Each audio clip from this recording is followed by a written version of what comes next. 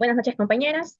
A continuación doy a conocer el tema a exponer, que es evaluación de la expresión artística en la historia de la humanidad. Me presento, mi nombre es Naila Cruz y nuestro tema es el arte rupestre en la prehistoria. Para ello vamos a iniciar con la siguiente pregunta. ¿Qué es el arte rupestre? El arte rupestre es una forma de expresión artística de los primeros humanos, que consistía en dibujar en piedras. Es una de las manifestaciones culturales más antiguas en la historia de la humanidad. El descubrimiento del arte rupestre. El arte rupestre prehistórico ha sido descubierto en distintas partes del mundo desde el siglo XIX hasta la actualidad. Estos descubrimientos han permitido entender mejor la vida de los antepasados, por ejemplo, cómo son sus creencias y la evolución del pensamiento simbólico de nuestros antepasados. Continúe con la siguiente diapositiva. Ya. A continuación, voy a hablar sobre las pinturas rupestres con mayor auge, es decir, las más destacadas dentro de la prehistoria. Las pinturas rupestres más destacadas de la prehistoria no solo son impresionantes por su antigüedad, sino también por su complejidad artística y su significado cultural. A continuación voy a dar cuatro ejemplos de ellas. La primera es la cueva de Altamira. Esta fue localizada en España, fue descubierta en 1879, una edad estimada aproximadamente de 36.000 años. Sus características son pinturas policromadas de bisontes, caballos y ciervos, técnicas avanzadas, uso de sombras, perspectivas y relieve natural que proviene de las rocas o piedras. Manos en negativo, un símbolo recurrente destacado en el arte prehistórico. Su historia fue descubierta por Marcelo Sanz de Sautuola y su hija María. Al principio la comunidad científica no creía que fueran auténticas, hasta en 1902 que se reconoció su importancia de la misma. La segunda es la cueva de las Caux. Esta está ubicada en Francia y se descubrió en 1940. Una edad estimada aproximada es de 17.000 años. Sus características son más de 600 pinturas de animales como toros, ciervos y caballos. Uso de colores naturales y técnicas avanzadas en su representación como tal. Se cree que tenía un propósito ritual y espiritual. Su historia, descubierta accidentalmente por un grupo de jóvenes, abierta al público en 1948, pero esta fue cerrada en 1963 debido a daños por la humedad y el dióxido de carbono de los visitantes. Hoy en día existe una réplica para preservar su conserva o su legado como tal. La tercera pintura. La tercera pintura es la cueva de Chauvet. Esta está ubicada en Francia y se descubrió en 1994.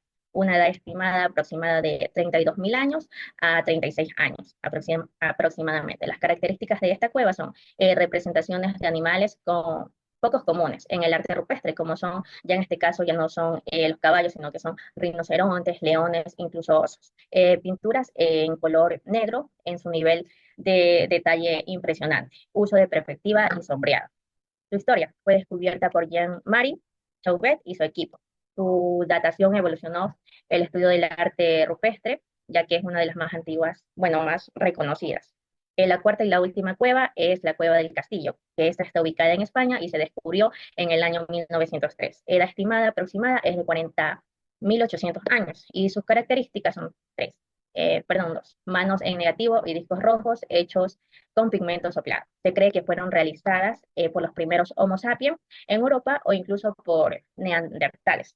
Su historia, las pinturas más antiguas del mundo, lo que indica que el arte rupestre pudo haber surgido antes de lo que se pensaba, antes de lo que se creía. A continuación doy paso a mi compañera.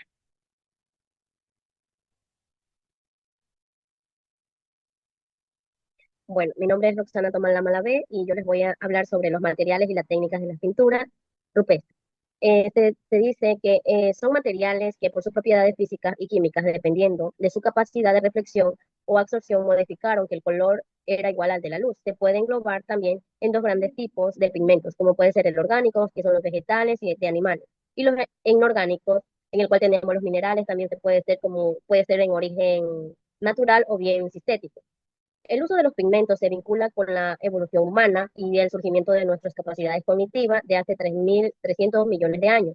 Entre los grupos tenemos a los neandertales, que son las pinturas del mundo rupestre, que fueron monócranas, hechos en la tierra o el carbón, mezclando con aglutinantes orgánicos o también como con la saliva o la grasa de animales. En la preparación, para conseguir diferentes colores gitano se conocía la forma de lograr a la pertinencia de la pintura sobre los soportes mediante la mezcla de colores. También tenemos los tipos de colores, tenemos como el rojo, el negro, el blanco y el amarillo. El rojo, que es hematita o craste, son como el óxido de hierro, y en el negro tenemos todo lo que tenga que ver con los minerales. Y en el blanco son caolinos o yeso, sulfato de calcio. En cambio, en el amarillo con hierro, con óxido de hierro, es el sulfato de... Mi nombre es Carla Tapia, mi tema es características de las pinturas rupestres. El arte de rupestre es el conjunto de dibujos de pinturas y grabados de prehistóricos realizados sobre rocas y hallazgos en cavernas, donde habitaron los primeros humanos. Esto se trata de una primera manifestación artística de nuestras especies. Se considera un testimonio imaginario en sus prácticas. Tenemos la antigüedad prehistórica.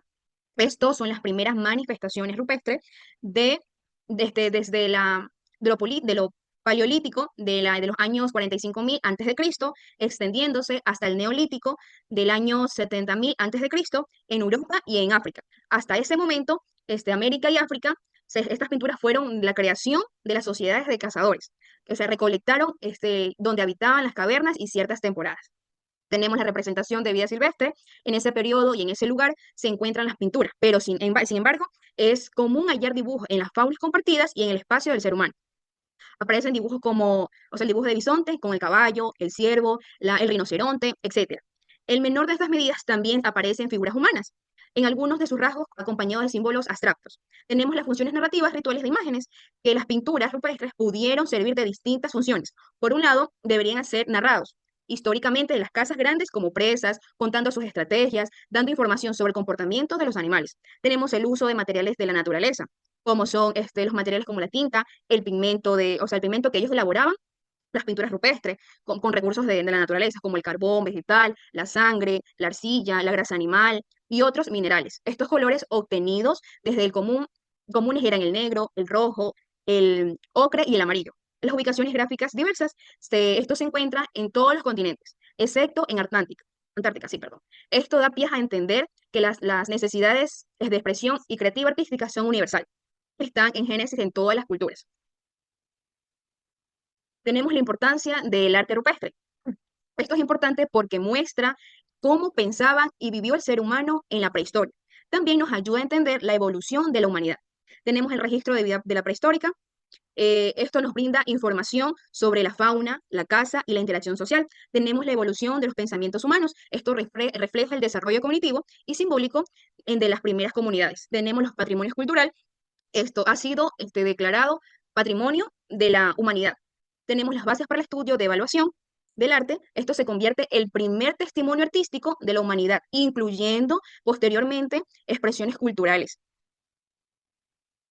¿Cuáles son las 4 etapas del arte rupestre? Esto se descubre hace aproximadamente 73 años atrás, a diferencia de las formas del arte prehistórico, como el petroglíficos. De los objetos o culturas del arte rupestre se han convertido en un buen estado al pasar del tiempo. Esto se debe a los tipos de materiales empleados, o sea, ellos protegían y brindaban el soporte manual en que se encuentra cubierto con erosión y desgastantes. Tenemos el arte paleolítico en el año 773 y el 14 años atrás.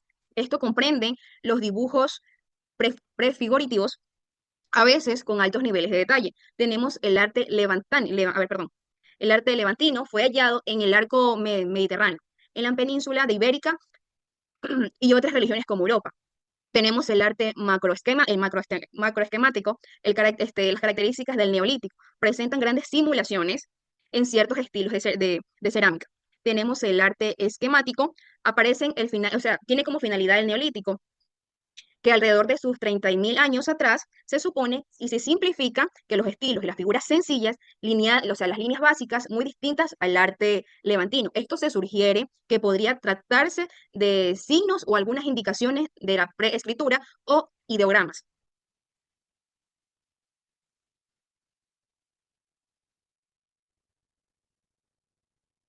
A continuación con mi compañera. Buenos días, licenciada. Buenos días, compañeros. Mi nombre es Karen Yerizo Yowal. Yo le voy a hablar sobre las ventajas, desventajas y prevención del arte rupestre en la prehistoria.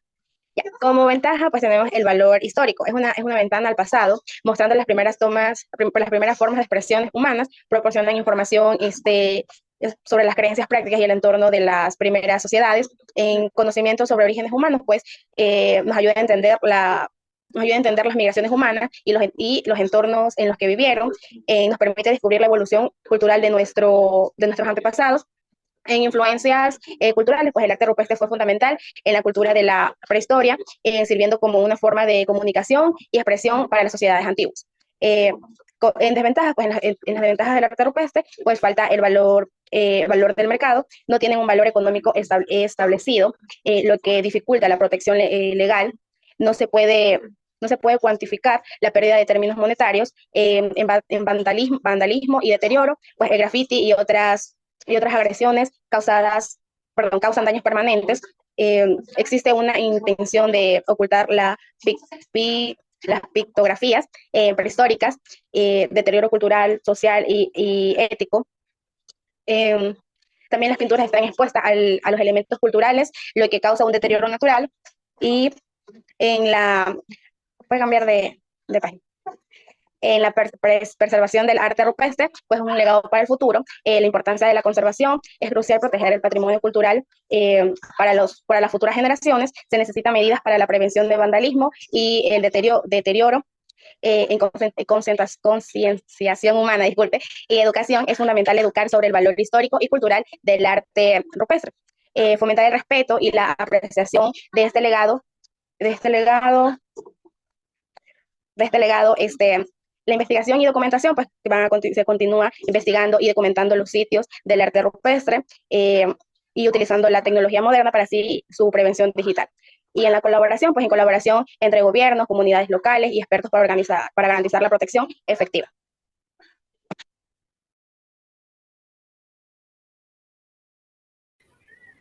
Bueno, mi nombre es Brigitte Lor Medina y yo les voy a hablar acerca de temas de relevancia en la prehistoria relacionados con el arte rupestre, en este caso la supervivencia y la caza.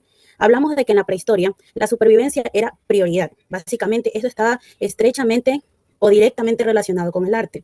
Ciertas pinturas, o más bien tenían la necesidad de pintar en cuevas. Este tipo de arte no era simplemente decorativo. Muchas veces investigadores prehistóricos pensaron que esto tenía un propósito funcional, es decir, algo mágico. Una teoría ampliamente aceptada de dichos pintores de la prehistoria era que lo hacían como una manifestación de suerte, es decir, un tipo de magia simpática.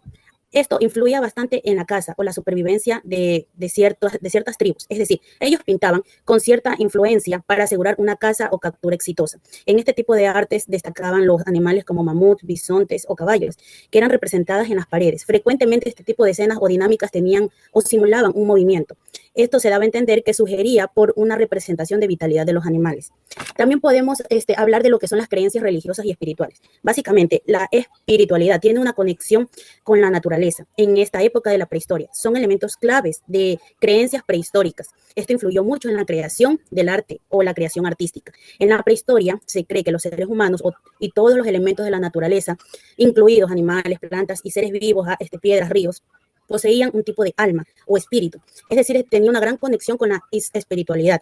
Ya, este tipo de influencias se daban en prácticas artísticas. Muchas de estas representaciones artísticas se hacían por rendir un tipo de homenaje a los animales, a los elementos naturales, o para invocar espíritus o algún tipo de experiencias espirituales, también para asegurar algún tipo de protección o éxito en la vida cotidiana de las tribus. Hablamos también, en las siguientes diapositivas, hablamos de lo que son los rituales, el chamanismo.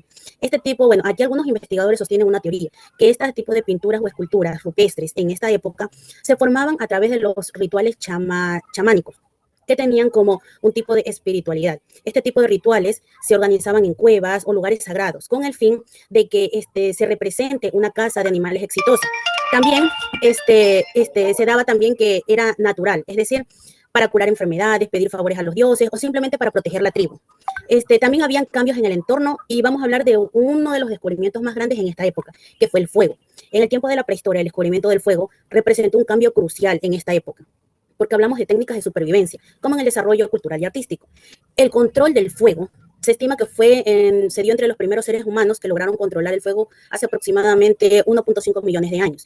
El fuego no solo les permitió cocinar alimentos, mejorar la digestión, la nutrición, sino que también les proporcionó algún tipo de protección contra los depredadores y permitió de esta manera una mayor socialización en el entorno, dando calor y luz. También vamos a hablar acerca del arte y el fuego. Como se ve en la siguiente diapositiva, la relación que hubo entre el arte y el fuego es muy compleja, ya que los humanos comenzaron a usar el fuego para procesar pigmentos. De esta manera, lograban proveer o obtener ciertos tintes y cerámicas, que también los utilizaban para ciertos tipos de arte, pigmentos, y relacionaban de manera estrecha este tipo de arte con fuego.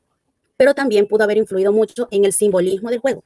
El simbolismo del fuego en muchas culturas tiene un gran valor simbólico. ¿Por qué? Porque está asociado con lo divino, lo purificador, lo transformador. El fuego era capaz de transformar una materia prima en algo nuevo y en este sentido podría haber tenido un significado sagrado.